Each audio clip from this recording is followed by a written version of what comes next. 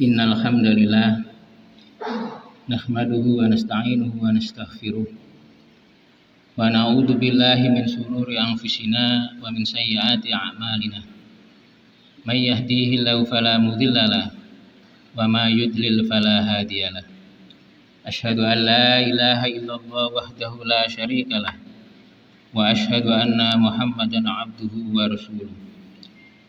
Allahumma sholli wa sallim wa barik ala Muhammad wa ala alihi wa sahbihi wa man ihtada bihudahu ila yaumil qiyamah.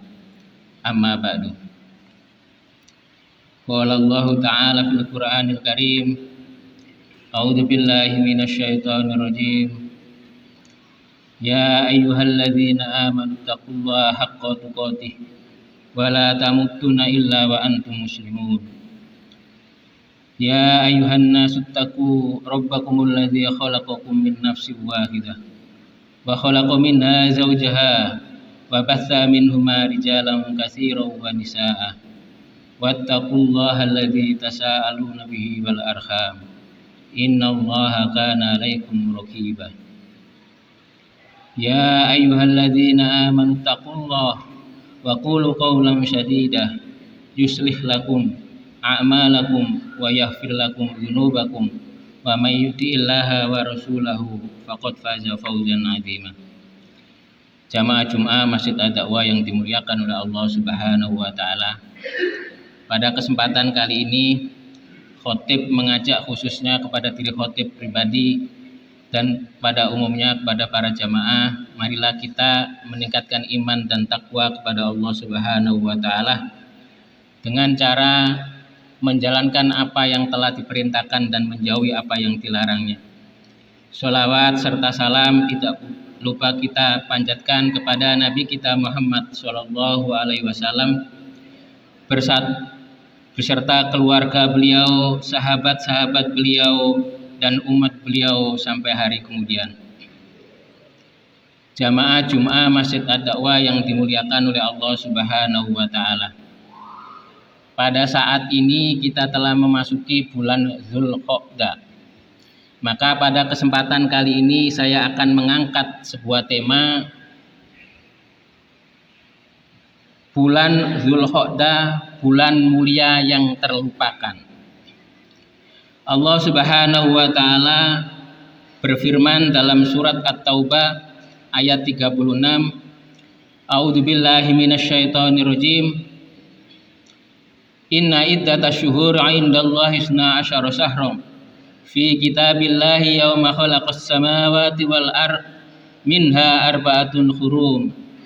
Dzalika dinul qayyim fala tadlimu fihi anfusakum. Shadaqallahul azim.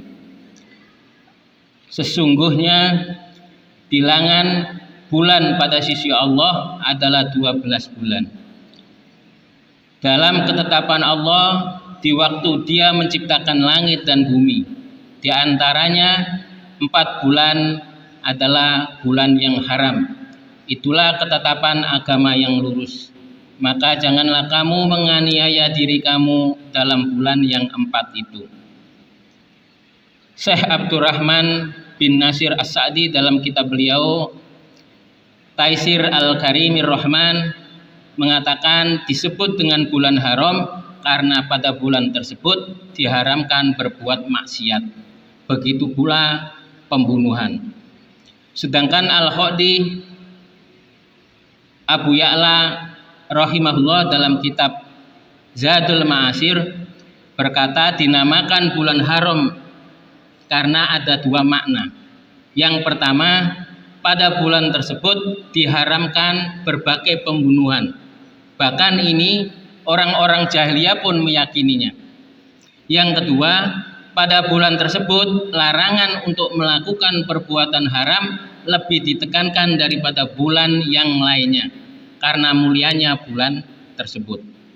Demikian pula pada saat itu, yaitu yang dimaksud dengan bulan haram, itu sangatlah baik untuk melakukan amalan soleh dan ketaatan. Sedangkan yang dimaksud 4 bulan yang haram itu sebagaimana hadis dari Abu Bakrah Nabi Shallallahu Alaihi Wasallam bersabda, "Az-zamanu qad istadara kahiyati yauma khalaqas samawati wal ard as-sanatusna asyara syahron minha arba'atun hurum salasatun mutalawiyatun dzulqa'dah wa dzulhijjah wal muharram wa rajabum mudhar alladzi baina jumada wa sya'ban." Yang artinya setahun berputar sebagaimana keadaannya sejak Allah menciptakan langit dan bumi. Satu tahun itu ada 12 bulan. Di antaranya ada 4 bulan yang haram.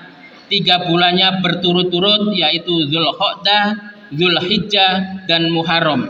Sedangkan 1 bulannya lagi Rajab Mudhar yang terletak di antara Jumadil Akhir dan Sya'ban. Hadis riwayat Bukhari dan Muslim. Jamaah Jum'ah Masjid Ad-Da'wah yang dimuliakan oleh Allah Subhanahu wa taala. Ibnu Abbas mengatakan bahwa Allah mengkhususkan 4 bulan tersebut sebagai bulan haram, dianggap sebagai bulan suci. Melakukan maksiat pada bulan tersebut, dosanya akan dilipat gandakan. Dan amalan soleh yang dilakukan pada bulan tersebut, pahalanya juga akan dilipat gandakan. Termaktub dalam kitab Lataif Al-Ma'arif. Dari keterangan tersebut berarti bulan Dzulqa'dah juga termasuk dalam kategori bulan haram, sehingga larangan tersebut di atas berlaku juga pada bulan Dzulqa'dah.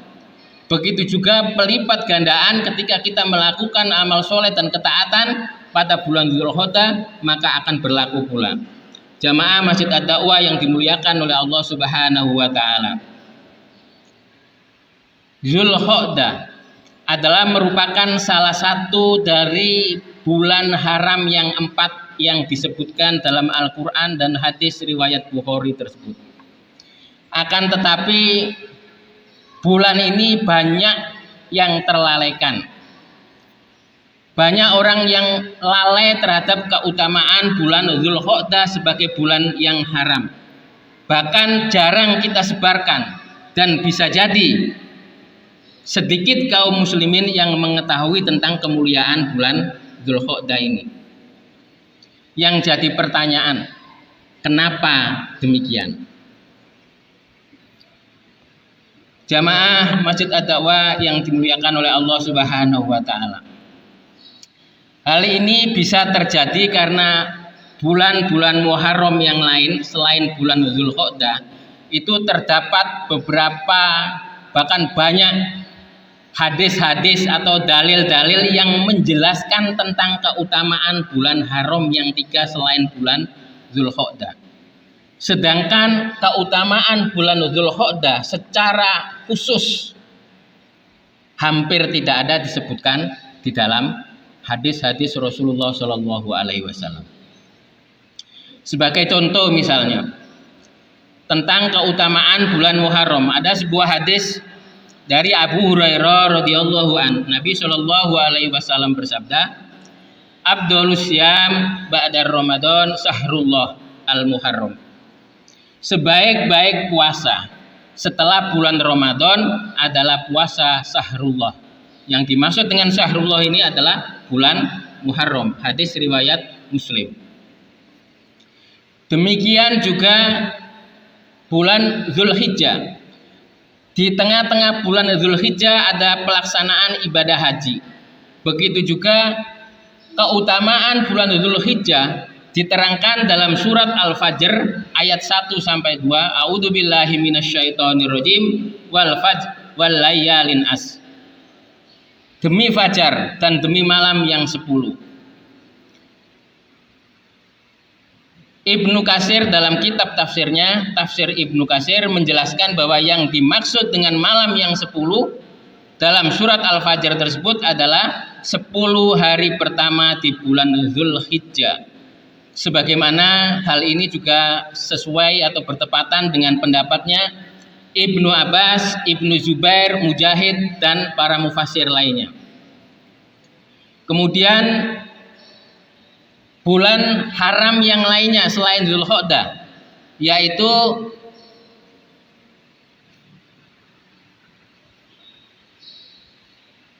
bulan Rajab.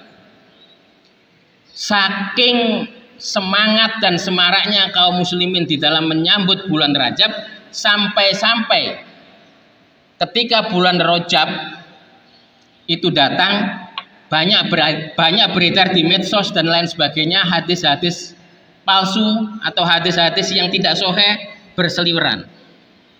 Ini saking semangatnya kaum muslimin, hampir mayoritas keutamaan terhadap bulan Rajab ini hadis-hadisnya kebanyakan lemah. Sehingga sebagaimana yang dinyatakan oleh Ibnu Rajab rahimahullah, fa ammas sholatu falam yasiha fi sahri Rajab sholatun mahsusatun tahtasu bihi wal ahadis al marwiyah fi fadli sholatir raghaib fi awalin lailatin jum'atin min sahrir Rajab kadzaba wa batila la tasiha wa hadhihi shalah bid'atun inda jumhuril ulama, yang artinya tidak terdapat dalil yang sahih yang menyebutkan adanya anjuran khusus untuk melakukan sholat khusus di bulan Rajab. Adapun hadis-hadis yang mengenai keutamaan sholat raghaib di malam Jumat pertama bulan Rajab adalah hadis yang dusta, batil dan tidak sahih. Sholat raghaib adalah bid'ah menurut mayoritas ulama, termaktub dalam kitab Lataiful Ma'arif. Sementara terkait dengan keutamaan bulan Dzulqa'dah hampir tidak ada, kecuali satu hadis. Itu pun bukan menjelaskan tentang keutamaan bulan Dzulqa'dah. Di antara salah satunya hadis yang diriwayatkan oleh Al-Bukhari, i'tamara Rasulullah sallallahu alaihi wasallam arba'a umarin kulluhunna fi Dzulqa'dah, umratun fil Hudaybiyah, umratun minal Hudaybiyah fi Dzulqa'dah, wa umratun minal amil muqabili fi Dzulqa'dah, wa umratun minal ji'ronati wa umratun ma'a hajatihi, yang artinya Rasulullah melakukan umroh sepanjang hidupnya itu sebanyak 4 kali, semuanya pada bulan Dzulqa'dah. Yang pertama yaitu umroh dari Hudaybiyah, itu terjadi pada bulan Dzulqa'dah. Kemudian tahun berikutnya setelah Hudaybiyah beliau umroh, itu pun pada bulan Dzulqa'dah. Kemudian yang berikutnya umroh dari Ji'rona, dan yang terakhir yaitu umroh bersama hajinya, yaitu pada saat haji wada. Hadis riwayat Bukhari. Padahal kalau kita meneliti beberapa atau mencermati beberapa penjelasan ulama terkait dengan bulan Dzulqa'dah ini, di antara salah satunya misalnya Imam Al-Qurtubi rahimahullah dalam kitab Tafsir Al-Qurtubi, beliau menjelaskan bahwa Allah mengkhususkan penyebutan bulan-bulan haram ini serta melarang berbuat zalim di dalamnya sebagai bentuk pemuliaan terhadap bulan-bulan itu. Meskipun, ini perlu penekanan bahwa meskipun sejatinya berbuat zalim atau berbuat maksiat dilarang, tidak hanya pada saat bulan Ramadan, di bulan apapun dilarang, tetapi tidak hanya pada bulan haram, tetapi ditekankan ketika bulan haram karena akan dilipat gandakan dosanya. Jamaah yang dimuliakan oleh Allah Subhanahu wa taala, untuk mempertajam lagi kenapa Dzulqa'dah itu perlu kita tempatkan, perlu kita agungkan sebagaimana yang seharusnya, karena memang bulan Dzulqa'dah itu adalah bulan yang mulia. Dalam kamus Al-Ma'ani, kata dzu itu artinya pemilik, sedangkan kata qa'dah itu adalah turunan atau derivasi dari kata qa'ada, yang salah satu artinya adalah tempat yang diduduki atau kursi. Sehingga Dzulqa'dah secara etimologi adalah orang yang memiliki tempat duduk. Dalam pengertian orang itu tidak bepergian kemana-mana, ia banyak duduk di atas kursi. Sedangkan dalam kitab Lisanul Arab, yaitu sebuah kamus yang sering dijadikan rujukan, disebutkan bahwa bulan ke-11 ini disebut bulan Dzulqa'dah. Karena pada bulan itu orang Arab tidak bepergian, tidak mencari pakan ternak, dan tidak melakukan peperangan. Hal itu dilakukan guna menghormati dan mengagungkan bulan Dzulqa'dah, sehingga seluruh jazirah Arab pada bulan tersebut dipenuhi dengan ketenangan dalam rangka mengagungkan, memuliakan, dan menghormati bulan Dzulqa'dah. Demikian yang bisa saya sampaikan. Aqulu qouli hadza wa astaghfirullah li wa lakum wa lisairil muslimin innahu was-sami'ul alim.